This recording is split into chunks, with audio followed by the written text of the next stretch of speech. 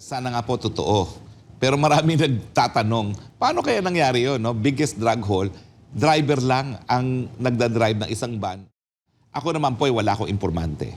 So wala akong posisyon kung ito po talaga ay stage o hindi. I give them the presumption of regularity, baka nga totoong hula. Pero kung napanood niyo po, yung sinabi ni Maharlika, abay yung sinabi niya, may kulay na raw, maitim na raw ang kulay nitong mga shabu na ito. Ibig sabihin, reject na. Ito ang reaksyon ng dating presidential spokesman na si Attorney Harry Roque sa programang Pulso ng Bayan ng SMNI kaugnay ng ipinagmalaki ng Administrasyong Marcos ukol sa umano'y biggest drug haul sa Pilipinas. Nitong Martes, nagtungo sa Alitagtag, Batangas si Pangulong Bongbong Marcos at nag-inspeksyon sa anyay pinakamalaking drug haul daw sa bansa, kung saan nasabat ang halos 2 toneladang shabu. Sinabi ni Marcos na nahuli ng arresting agents ang isa sa mga suspect nang hindi gumagamit ng karahasan.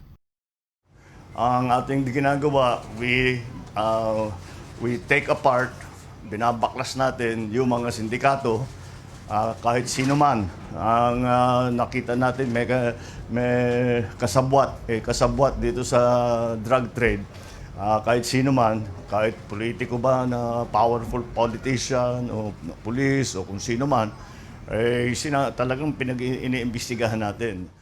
Una nang ipinahayag ng mga otoridad na ang driver ng pampasaherong van ay agad na inaresto at sinampahan ng kasong paglabag sa Comprehensive Dangerous Drugs Act of 2002 at kasalukuyang nasa kustudiya ng pulisya. Kaugnay dito, iginiit ni Roque na nakapagtataka na walang ibang hakbang na ginawa ang mga nagtatransport ng ganitong karaming ipinagbabawal na gamot o shabu para protektahan ang kanilang shipment. Isa pang nakakaduda ay voluntaryo pang tumigil sa isang checkpoint ang suspect na nagmamaneho ng van sa naturang lugar. Alam mo na may Alitagtag, ako'y bihasa rin dyan sa Batangas dahil ako'y madalas nagpupunta dyan.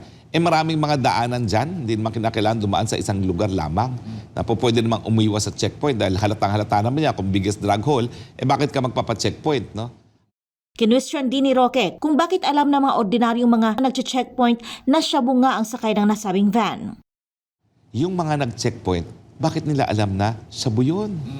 Di ba?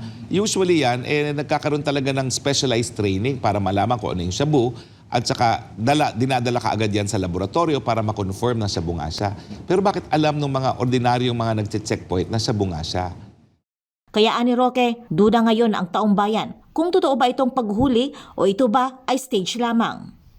Kung totoo naman po na honest to goodness to, kung totoo po na ito ay produkto na po pwedeng maibenta pa sa merkado, we will give him credit. Pero kung totoo naman po na ito ay stage, naku, puputok po ito na talagang desperado para tumaas ang approval at ang trust rating ng ating Pangulo. Abangan po natin ang susunod na kabanata dahil malalaman po natin ang katotohanan.